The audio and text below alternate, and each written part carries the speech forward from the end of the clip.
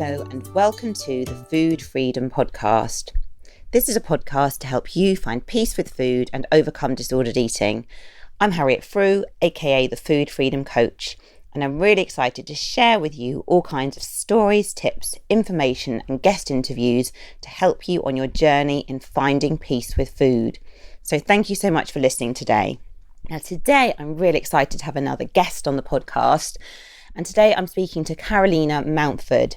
Now Carolina is a mental health advocate, speaker and writer. So she talks in schools and to church groups and other organisations about mental health, eating disorders, body image and depression. Now this is a really great interview today because Carolina is someone who has struggled quite severely at times with disordered eating behaviours and from a very young age. So Carolina has shared really openly about these experiences and has talked about her recovery journey and the bumps in the road for dealing with this, including being turned away from treatment when she was desperate to try and seek help, in terms of understanding trauma, in terms of understanding the deeper roots of the problem, and how she has worked to genuinely come to a place where she's found freedom with food and her body.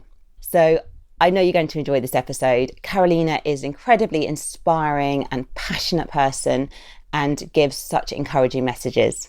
Hope you enjoy.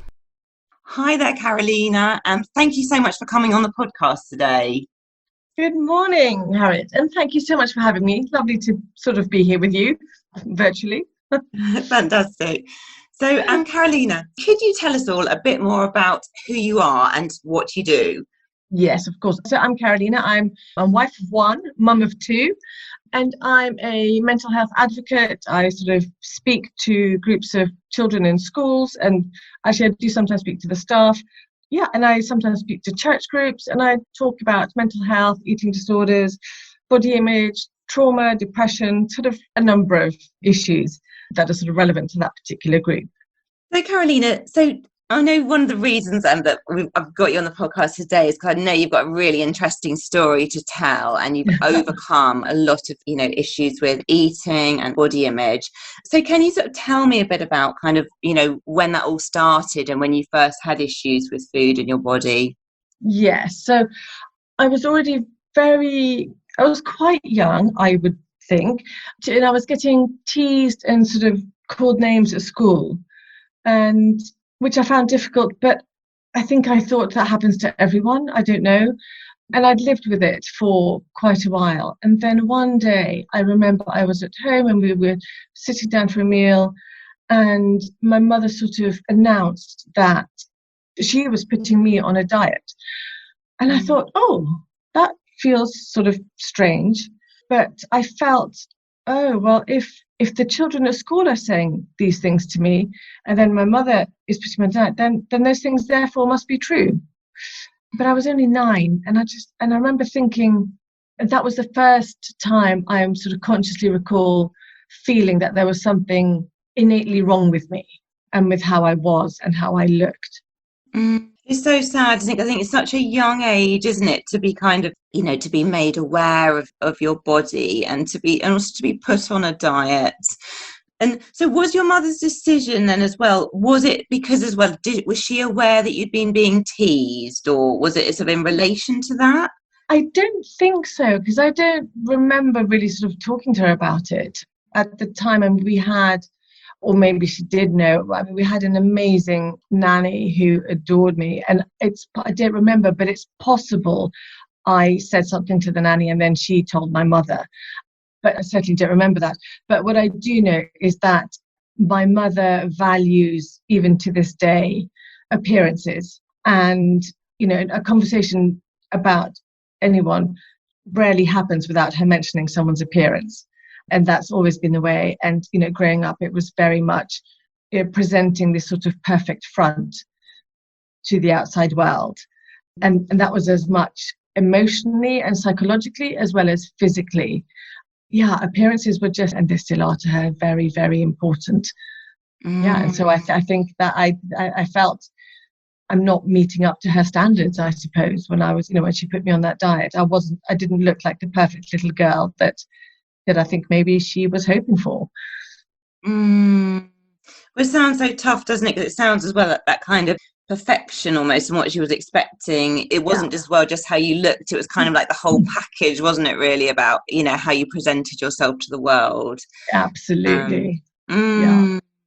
And so, and what did the diet look like? Do you have many memories of kind of how your eating sort of changed when you I were put on have the diet?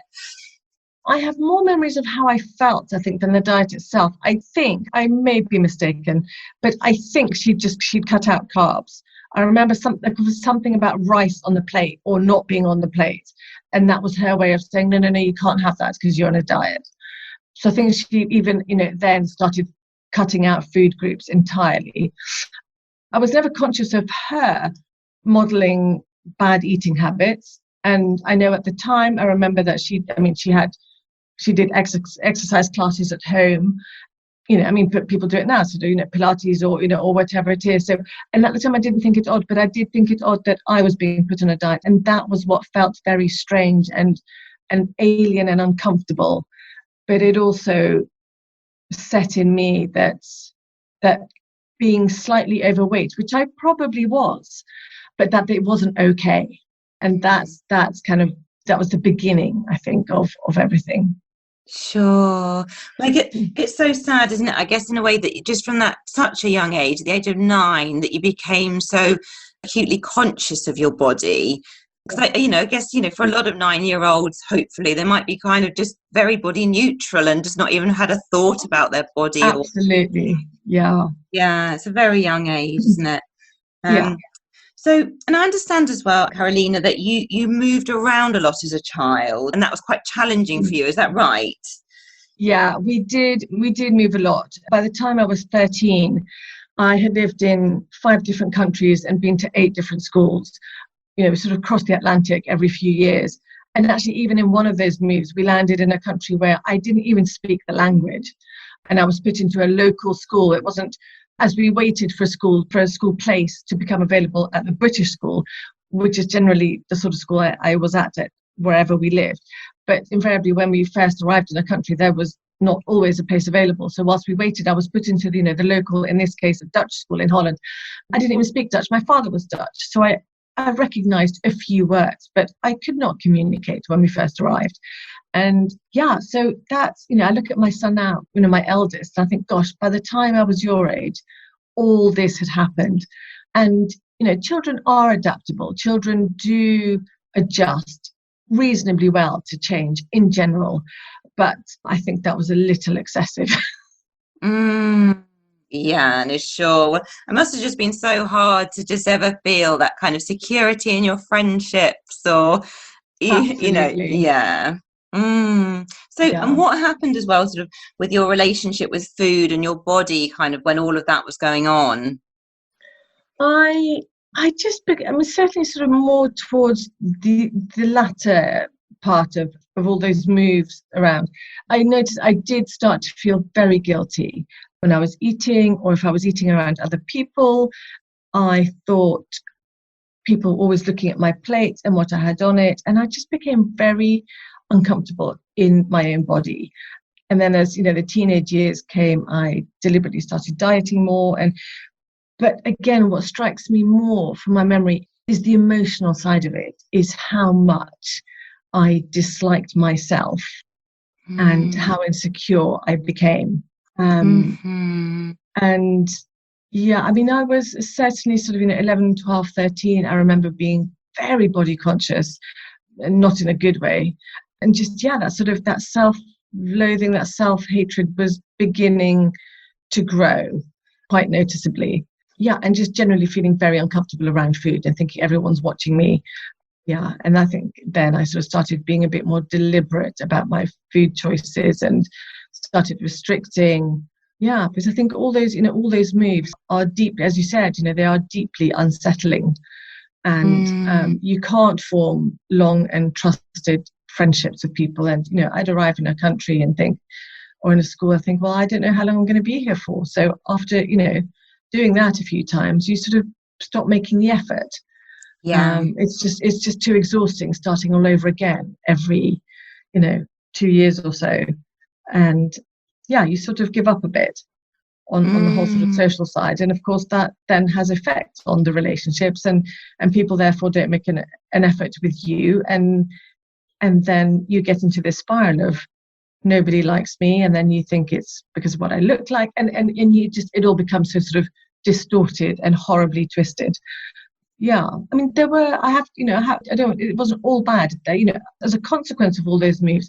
I have learned so much, and I have gained a lot, as well as having lost a lot. But for all that I gained, a love of languages and culture and the wider world, it came at a very heavy price.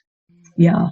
Yeah, well, thank you for sharing that, because I think as well it just highlights something that I think many people will relate to, particularly around our sort of relationships and feeling connected and secure and loved and accepted. And particularly I think at that age it's so crucial, isn't it? We really want to feel kind of liked and part of a group, and that we have those solid friendships, and and when we don't have those things, sometimes it can be so vulnerable to kind of the body image and the food stuff kind of creeping in. Yes. Yeah, no, absolutely. And it's just a really important time in development and growth, and in emotionally and psychologically. And it's an age where youngsters are very vulnerable to external pressures and stressors that will upset that process. Yeah. Yeah. So can you say a little bit more about your family environment? Yeah, sure.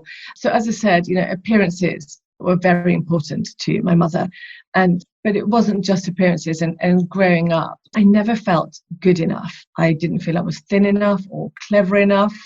My older brothers were considerably brighter than I was, and they were comparing me with them a lot, and also with other friends of mine. And they very much said, well, why can't you be more like your brother or your friend or whoever it is? They just picked a name, and that was very difficult for me. I can no matter how hard I tried, nothing was ever quite up to scratch for them. But for me, over and above that, the key was centered around, it was all about identity and who I was. And all these moves had been so destabilizing, but I also had always known that in between my two older brothers, who very sadly died on the same day that she was born, and simply because there was a lack of ventilators, I've got that on my mind because of coronavirus, incubators, and there weren't enough. And so she didn't have one, and sadly she died. So I had always known about this baby girl, but I'd never really made the connection until one day I'd asked my mother about her a bit more. And it suddenly dawned on me that not only was I the next girl to be born in the family and to survive, so that alone kind of put pressure on me, but she then told me, and I must have been sort of a young teen, that she had given me the same name that she had given this other baby girl. And for me, that was just an unbearable sort of burden to carry. And it felt like a burden. I felt like I was a replacement for this other child. And all my feelings until then and from then on about not feeling good enough, they all sort of centered and landed on this sort of, I suppose it's a bit of an identity crisis of, I'm not me. I'm here to replace somebody else. And I'm not wanted or loved for who I am, but for who someone else could never be, if that makes sense. And yes, so that was very difficult, and it rocked me to my core. And it kicked off then the following 15 years of disordered eating, which came in the form of bulimia and anorexia, sort of on and off, interweaved over the years. I sort of wandered in and out of one and into the other, with periods of not necessarily fitting neatly into some of those boxes, but just with very disordered eating in general. Yeah, so that's kind of what my teens and early 20s then looked like. Well, I think it sounds incredibly tough because I guess you'd already kind of got that history, hadn't you? Been so conscious of like weight and shape from very young because of your mother and, and perhaps what was going on at school and then all Yes, these comparisons. So, and moving around, so already you're kind of, I guess you was really kind of vulnerable with your self-worth, weren't you, and your identity. And then it's almost like this kind of bombshell is dropped almost. absolutely. Yeah. Absolutely. Yeah. Yeah. And I think it's just so understandable, isn't it? It's probably almost like it's kind of the tipping point, wasn't it? I guess where it was almost that was Yes. the straw that broke the camel's back almost. It really was. So, I mean, it wasn't purely that, but as you said, all the other things that had, almost laid the foundation for the eating disorder, and then that was just, as you said, that what really was the final straw. Yeah. It's as often with eating disorders, it's rarely one single thing, but a whole sort of series of events that eventually just become too overwhelming. Mm. Yeah, well, it just sounds, I think it's so true, actually. It often is quite complex, isn't it? And I think Yeah. you really had quite a mix, didn't you, of so many things coming together. And I'm not surprised that you really struggled. It makes a lot of sense. So it sounds like as well that your family environment really did kind of have, there were some real challenges with that. Yeah, absolutely. My father was also a very heavy drinker. I would say he was a functioning alcoholic, never missed a day of work, but social occasions, for me at least, and I think to a certain extent my brothers as well, and my mother, I can only really speak for myself here, became incredibly stressful. Seeing your father drunk to the point that, he slurs his words and he can't walk straight, it's just deeply uncomfortable. And I think I carried a lot of the shame from that. Whether it was us as a family in a restaurant, just on our own, or in a group of wider friends, that was very difficult. And that had been going on since I was very young, so I had sort of grown up with that.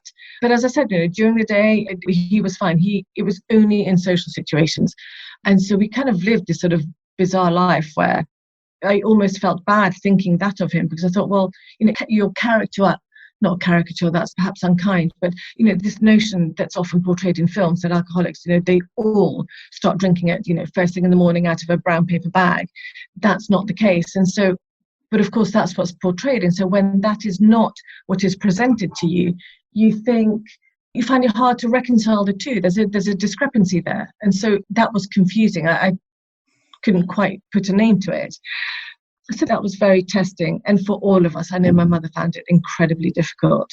But also then by the time I was 17, I was preparing for A-levels, and we had been living in London by then. And my parents announced that they were moving back to South America. And on the surface, I confess, I was slightly relieved. I thought, oh, thank goodness for that.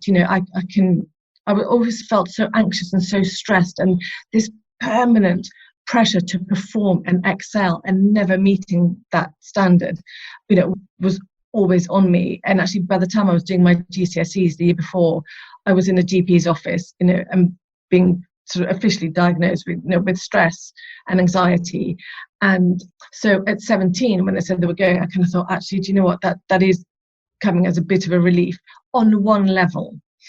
But deep down, I also did feel a sense of abandonment. I did think, well, they left in March, and I would have finished my A-levels by May, June time, probably June.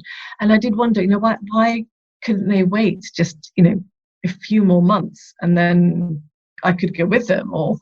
But at the time, you're 17, you think you've got to get on with life, as I'd had to so much previously.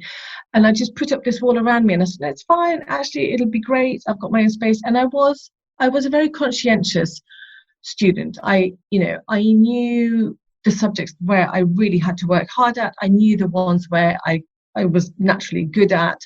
So I was very conscientious, and I didn't mess about. But even at school, one of my teachers, not one who I particularly liked, I have to say, but even she said, why have your parents abandoned you? And I remember the shock of hearing that word from another adult, because of course you don't want to think that your parents would do that. And so I sort of thought, well, I know that's how I'm feeling, but I'm sure that's not what it is. And I sort of rationalized it with, well, it's dad's work and they just have to go and they don't have a choice. But when I heard the teacher use that word, I kind of thought, oh my word, it is. That's exactly what it is. And actually, if I'm really honest, that's exactly how it feels, of just being left behind. But in that moment, when she asked me that, I defended my parents vehemently. I wasn't going to let her see, how I was really feeling. And so, so they left in March, and I was left behind. That's tough, isn't it? Because I think that kind of, just thinking back to kind of the whole period leading up to A levels, and it is very stressful, isn't it? Even if you're quite a conscientious student and you're good with your studies, it is a time where we kind of like need sort of security and support and encouragement around us. Sometimes even just by the presence of people. So it sounds like a tough time. And I think it's interesting, isn't it? Like you were saying, that's quite conflicting feelings, because on one level, it was quite nice to perhaps just suddenly have that pressure of all the expectations taken off you. Yes. But then on another level, you really felt understandably abandoned. And I think it really illustrates, doesn't it? I think with so many things in life, sometimes we can feel quite conflicted in that way. Yes. Yeah, no, definitely. Yeah, it was confusing. And so when they left, I was living with my eldest brother in the flat that we had lived as a family. He had finished university, he was back in London, but he was working such long hours, I hardly saw him. And my middle brother was at the time away at university. And so I was essentially, 17, and for all intents and purposes, I was living on my own. I mean, I think my brother took care of the bills pretty much. But apart from that, I was fending for myself. Now, thankfully, so we lived in a flat, in a block of flats, and we lived in the basement flat. And on the fourth floor were my best friend and her family. And they had somehow sort of adopted family, even before all of this happened. So it just felt very lovely, actually, knowing that they were just 4 floors up. And, should anything happen, should any crisis happen, I knew they were just very, very close at hand. And they, they really stepped in. But I had already spending so much time with them. They took me away on holidays in previous years. And so they were very safe. And actually, they were a real lifeline to me in those years. So that felt wonderfully reassuring in that sort of, really confusing time.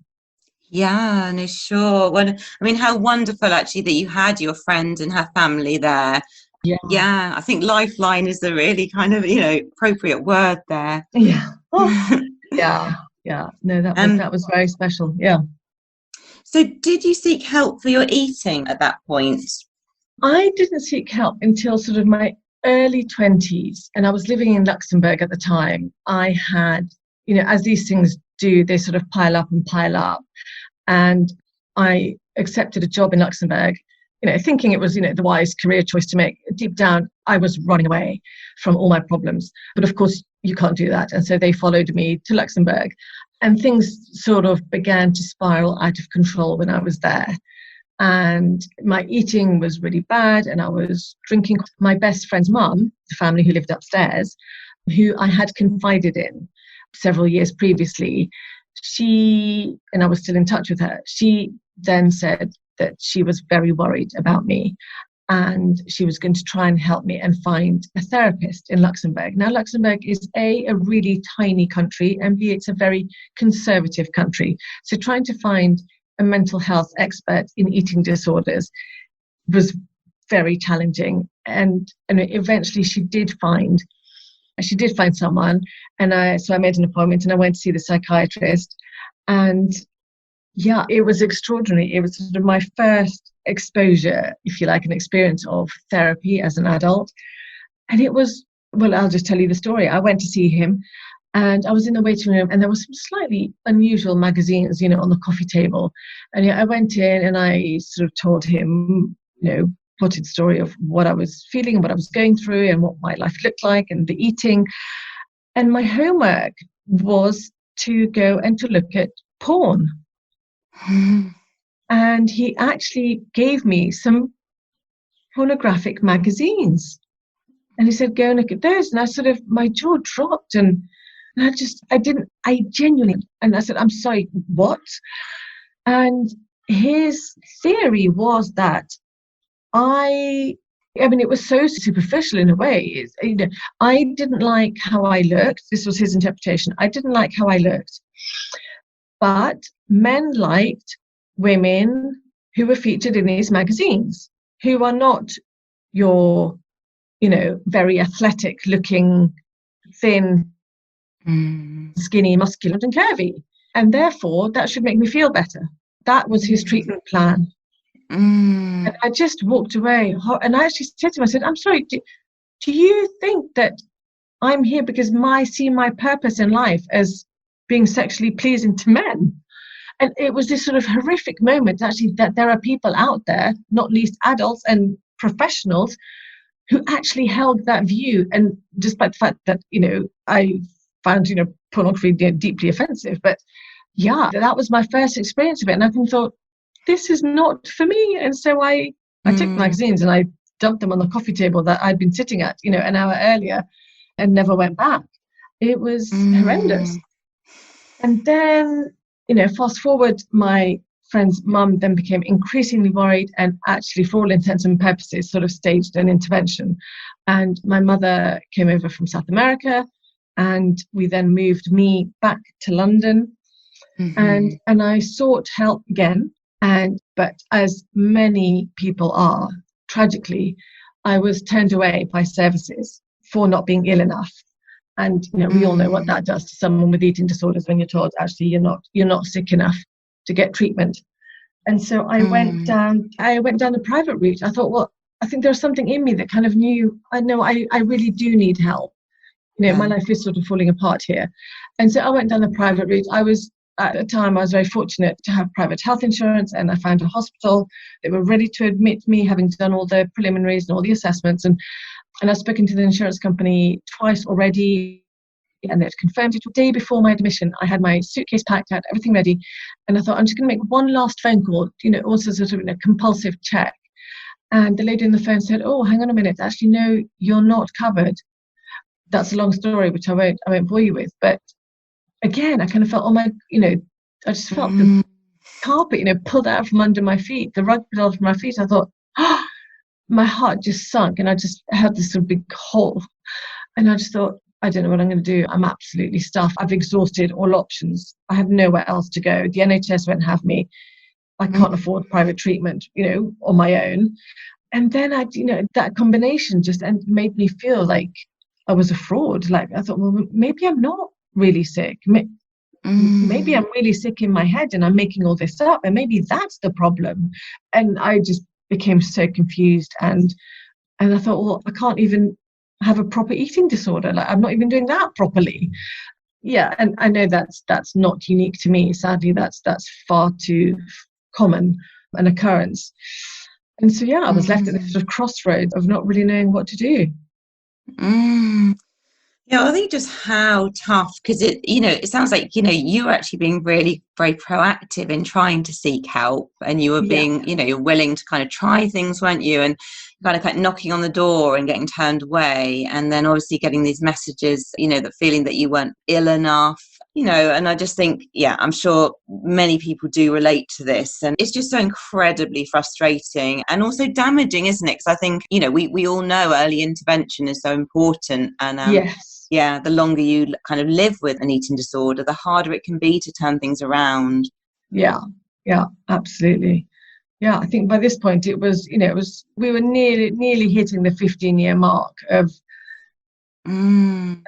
disordered eating and eating disorders. There were times when I did neatly tick the boxes, but clearly not at the times when I was supposed to tick all the boxes to fit that diagnosis. So it was just it was all a mess, really. Yeah. So what happened sort of next? What happened after that? So, so as I said, I was at this sort of crossroads. I'd exhausted all options here. And all this time, my mother had been, crying out to me to say, come and live in Ecuador. And I just thought, not in a million years. Because at the time, I thought that my problems were, the blame laid firmly at their feet, which, and I've obviously recognized, not entirely correct. and accurate. But at the time, that was certainly what I believed. I thought, there is no way, like, how on earth is me going back to live with you under the same roof? Again, I thought actually it would be the end of me. But I had nowhere else to go. And so I'm a Christian. And so I prayed this rather desperate prayer, and I sort of did a deal with God. And I said, look, I'm all out of options here. But if you want me to go, and if that's the right place for me, then she has to produce an airplane ticket in 24 hours.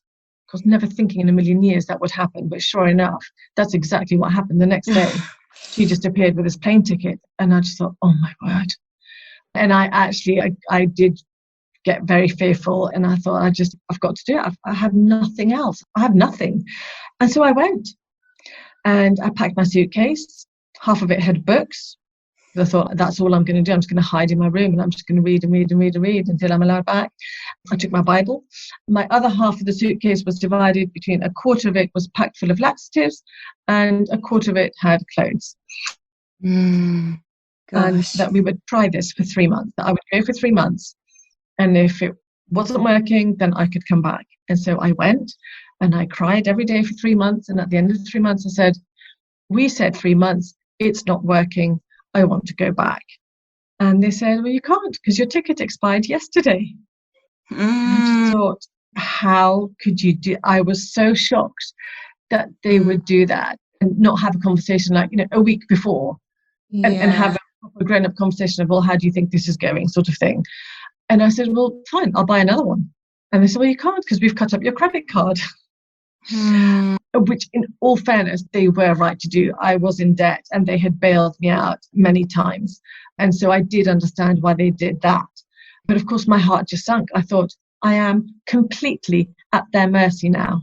I'm 20 something, whatever it was, and I'm trapped under the same roof with my parents, and I have no way out. And I'm on the other side of the world to the place that I call home. And it was very frightening and confusing, and I couldn't see a way out. Anyway, so I stayed. I mean, I had to. But it was incredibly difficult. But 2 significant things happened when I was there. One was, I read my Bible a lot, having read, all the other books that I had taken with me, and reread some of them. I'm with my nose in the Bible. And I felt, this might sound strange to a lot of people, but for any Christians out there, they may relate.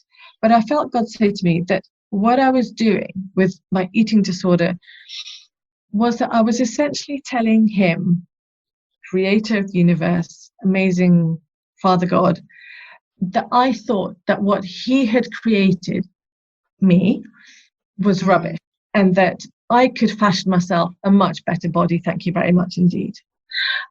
And I just suddenly felt, oh my goodness, I felt this sort of, wow, that's quite something. And I just felt so awful about that. And I thought, oh my God, that's, on one level, that's exactly what I'm doing is, my self-hatred of my physical body had become so extreme. And, I started, trying to fashion it into something that I thought was acceptable and nice and pretty, and and so that was the first thing. And then the second thing that happened was that life at home with my parents was very much like hospital life. From what I've heard, I've never had a hospital admission for eating disorders, but from what I've heard and from what I've read, it sounded very similar. It was very structured. Meal times were at a set time, and I had nothing to do with the food that was being prepared and put in front. Life in Ecuador, which is where they were, is a bit like, from what I hear, like life in Africa. The sort of, many people will have a maid or a cook. And so my parents had this lovely lady who cooked for us, and I would only go into the kitchen to get a drink and have a chat with them. But I was not involved in any of the food preparation, which of course I had been as an independent adult. I'd been doing that for myself for years, or rather not, as I was starving myself. But it very much mirrored hospital life. It was structured. I didn't have a say in what was put in front of me. I didn't know what was put in front of me. I didn't know, but I know you could tell what it was, but I had no hand in how it was being prepared. And one afternoon, I was just sort of, pondering on life and where I was and what was happening. And And I thought back and I realised I hadn't purged after the last meal I'd had. That's interesting. And I thought back to the meal before that and the meal before that. And it suddenly dawned on me that 2 weeks had gone by where I hadn't purged at all. Mm. Now, for anyone who's had an eating disorder will know that that just doesn't happen like that. You just don't magically stop one day, almost without realizing it.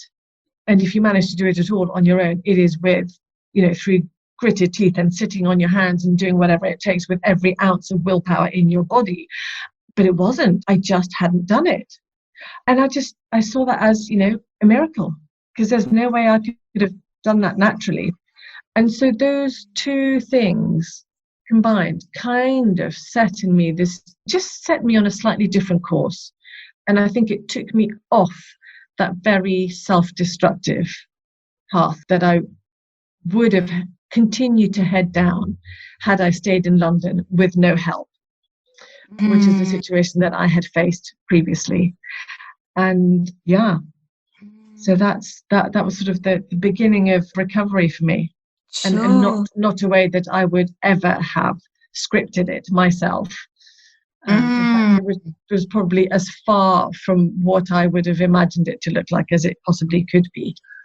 Yeah, sure. And it's so interesting, isn't it? And I think, it sounds like your faith was a really important part in helping you turn things around. And almost it sounds like there was perhaps a kind of moment where you suddenly saw your worth in a slightly different way. I guess, seeing that you've been, created by God and, actually that, he valued you, I guess. Yes. Absolutely. Yeah, but also as well, I think just so helpful, just having that kind of structure of the regular meals, and perhaps just like you said, like not knowing what was in them in a way, but but it was kind of in a way, I guess it was kind of a kind of standard routine, and and that really, really helped.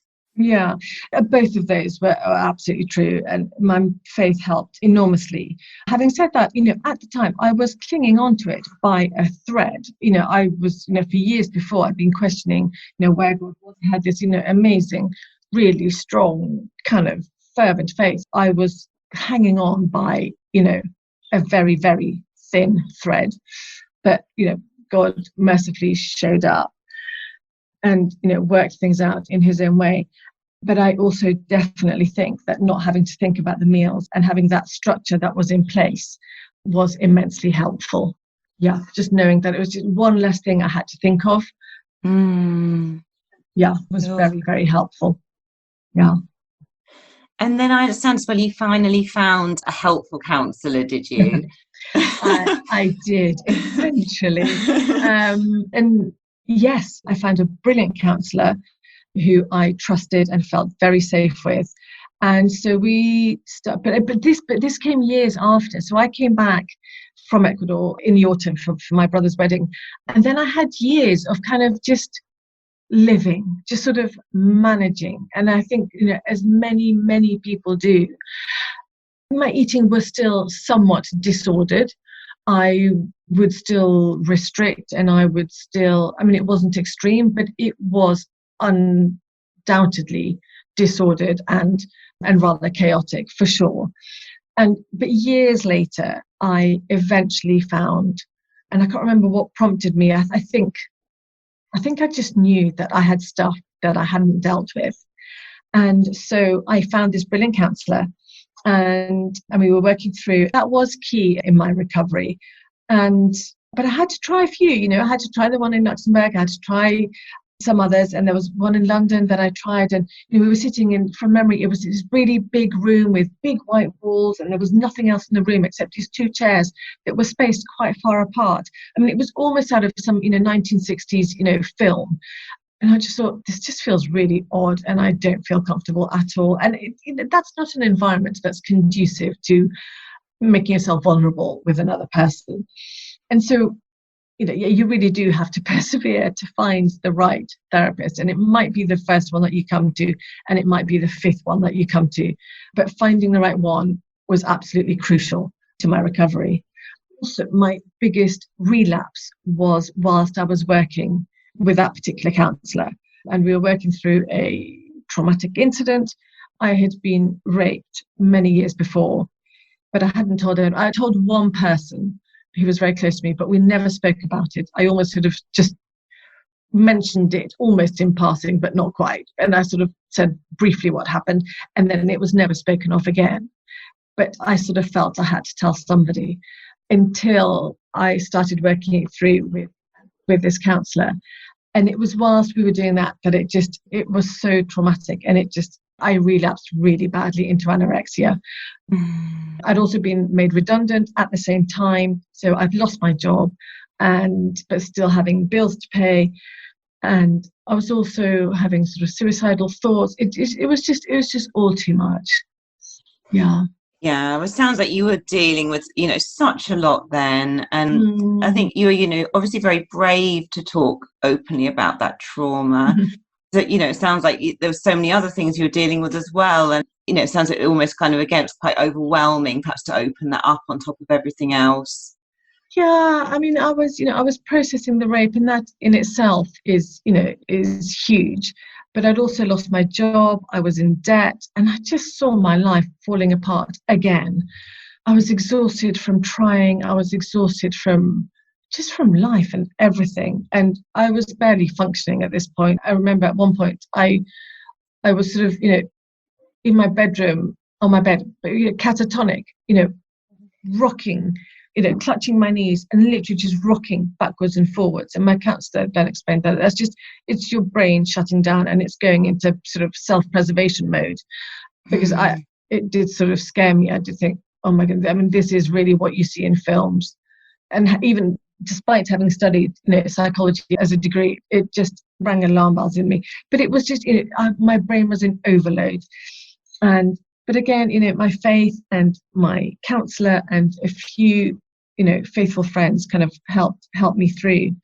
But, I remember one day, and, during this relapse, I was waiting at the bus stop and I very nearly passed out. I sort of staggered home, and my flatmate, my housemate, who was actually my best friend from still all those years before, up on the 4th floor, I was living with her, and she was sort of so shocked at how ill I looked. And apparently I'd started going blue around my mouth, but I still didn't believe I was that ill. And this is kind of the dark side of anorexia and any eating disorder, is that it makes you believe, or it doesn't let you believe, that you are ill, irrespective of how close to the edge you might be. But also news of my weight loss had somehow reached my relatives in South America. And I had phone calls from people ringing me. They were congratulating me on having lost so much weight. And so I thought, sure, this is a good thing. And, people very close to me were beginning to get worried. My housemate was worried. My counsellor was beginning to get worried. But on the other hand, so I promptly disregarded them. But on the other hand, I was getting phone calls from the other side of the world saying, oh, my goodness, well done. And we all know what that does to someone, with an entrenched eating disorder. And so, but again, I think, with help and actually with people those around me who I really knew and trusted, and I knew that they knew me, there was something in me that kind of, I think, knew that they were speaking the truth, and that actually these people from the other side of the world, they didn't know me really. They didn't know my circumstances. They didn't know who I was. As a person, obviously they knew who I was. They were relatives, but they didn't know me emotionally. And so I chose to listen to those close to me. But so I got better on my own, actually, because I was so scared of being admitted to hospital. I had heard all sorts of stories, and I thought, no, I'll do anything, but I'm not going anywhere near a hospital this time. I think I was also scared, having been rejected twice before, from private and NHS services. I thought, I'm not going down that road. I'll do this on my own. And, by the grace of God and with this brilliant counsellor, I was able to do that. But those were very dark days, but absolutely necessary. And I think if I hadn't done that, I wouldn't be in the place of freedom that I am now. Yeah. Yeah. And so based on your experience, Is there any advice that you would give to someone else who's listening, maybe who's experienced some trauma and maybe they're feeling unsure about, whether they should deal with this or not? Absolutely. And I would encourage, and I would, more than that, I would deeply urge people to deal with it and to stop burying any sort of trauma that they might have experienced, because at some point it will leak into other areas of life, and it makes it all the harder and adds to the complexity of what is already a very difficult thing. And also, unless it's dealt with, I think we all know this, but just to reiterate that, unless it is dealt with, we will most likely jump from one unhealthy coping mechanism to another, or from one addiction to another, because the root of the problem is still there. It's, unless we actually address it, all we're really doing is a sticking plaster, and they eventually fall off. And I would also say to really persevere in finding the right therapist for you. And that might not be the same person that helped your friend or helped anyone else. And it might not be the first person that you see. It takes a while to find someone that you feel, or it may take a while. Some people are lucky and the first one they come to is brilliant. And there are many, many, many, brilliant people working out there helping people with trauma and addictions and eating disorders. But just to not be surprised that you may have to knock on a few doors before finding the right person that you feel safe with. And I think often you will know quite soon after meeting that person whether it's going to work as a therapeutic relationship. And again, unless those underlying issues are dealt with, you're just unlikely to be free, to be truly free from eating disorders. You can, as I did for many years, and many people do, you can live with an eating disorder or an addiction for a very long time. You can manage, but there is so much more to life than just coping, than just managing, than just sort of stumbling through, semi-functioning. Life can be amazing again, and that's one of my most passionate messages that I want to get out there, is that this notion of, and you hear it a lot in alcoholism or addiction, but increasingly I'm seeing it in the world of eating disorders, that people say, well, this is just something I'm always going to have to manage, I'm always going to have to live with. And I just want to say, no, that's not necessarily. You can be truly and totally free from an eating disorder, where you don't calorie count, where you don't think about your meals, where you eat what you want because you want it when you want it. If you're not hungry for lunch at 12 but you have it at 3, brilliant. If you're hungry at 12 and you're not, then have lunch. It's just a freedom that I never knew was possible. I was one of those that I thought, this is just something I'm going to always have to manage or factor into my life. But yeah, that's not the case. Well, that's such a powerful and inspiring message. So Carolina, can I ask you as well, where can people find you if they want to know more about the great work that you're doing? Oh, thank you. They can find me on all sort of social media platforms at Carolina Mountford. The only difference is Twitter. It's because my name is too long. It's Carolina Mountfo, just the F-O. But yeah, social media platforms. I'm in the process of setting up my website, so that's not quite ready yet. And LinkedIn, I've only sort of recently joined LinkedIn. I'm not sure how easy it is to find me on there, but I am there. But social media platforms, I'm active on all of them. My Instagram account is currently private because I've been receiving lots of sort of rather dodgy images and messages. But if people send me just a private message saying that they've heard me on your podcast, then that sort of helps me to place people. But yeah, Twitter, Instagram, Facebook, I'm there. Okay, lovely. Okay, brilliant. Well, I'm sure that there are going to be several people that listen to this and really resonate, so may well be in touch. Yeah, I'd love to be in touch with people. That's fantastic. Okay. Well, I just want to really thank you again, Carolina. I really appreciate you coming on and, sharing your story so openly, because I think it's so valuable. And, I think, and I know definitely, listening to you, I feel so much kind of hope and encouragement, and, it just really reignites my sort of passion and enthusiasm for working with people, and just really kind of, Brilliant. it's affirming really that recovery is possible, and that genuine sort of, authentic kind of real freedom with food. So thank you so much. Oh, well, great. So thank you so much for having me. It's been lovely talking to you. Okay, thank you. So thanks again so much, Carolina, for coming on the podcast today and sharing so openly. I really appreciate it. So for anyone who's not following me already, do seek me out on Instagram at the Food Freedom Coach. And for regular tips and insights into overcoming disordered eating, do sign up for my weekly articles on my blog page at foodfreedomcoach.co.uk. Thank you so much for listening, and I look forward to sharing another podcast episode with you very soon.